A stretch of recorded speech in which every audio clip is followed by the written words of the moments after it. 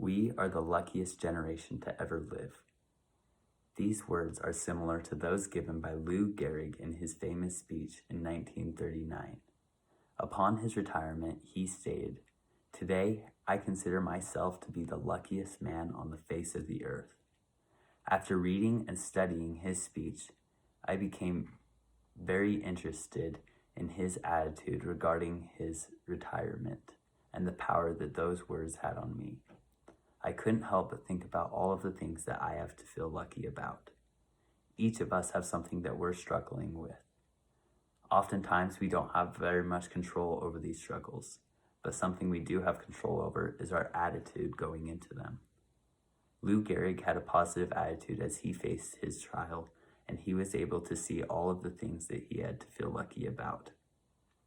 His famous speech was given on July 1st, 1939 in Yankee Stadium at a home plate ceremony.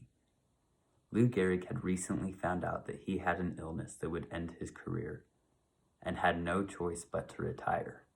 This letter is the one given by Dr. Harold Habine of the Mayo Clinic regarding his condition.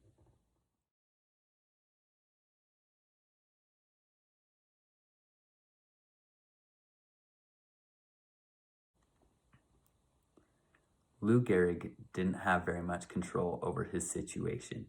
He was being forced to end a successful career, one where he had held a record of playing over 1,200 consecutive games, one that only few others have ever held in the MLB.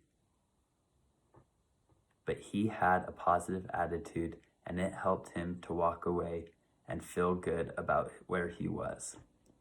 Today, the world is full of riots, shootings, protests, and pandemics, and there's not very much we can do or very much control we have over these situations. But we can also look at just how lucky we are. We are a historic people. Future generations will look in the history books and study about us. Future history teachers will tell their students, "Buckle down, 2020 is a chapter to remember."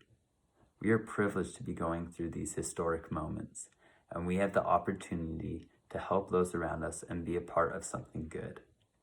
We can go into these trials with a positive attitude and realize just how lucky we are to gain experience coming out of them. From the words and experience of Lou Gehrig, we can choose to count ourselves lucky. We have been given the opportunity to live during a time that the world has never before seen the likes of. But it is ultimately up to us on whether we will stay in the shadows and feel cowardly and cheated, or to move forward and see just how lucky we are.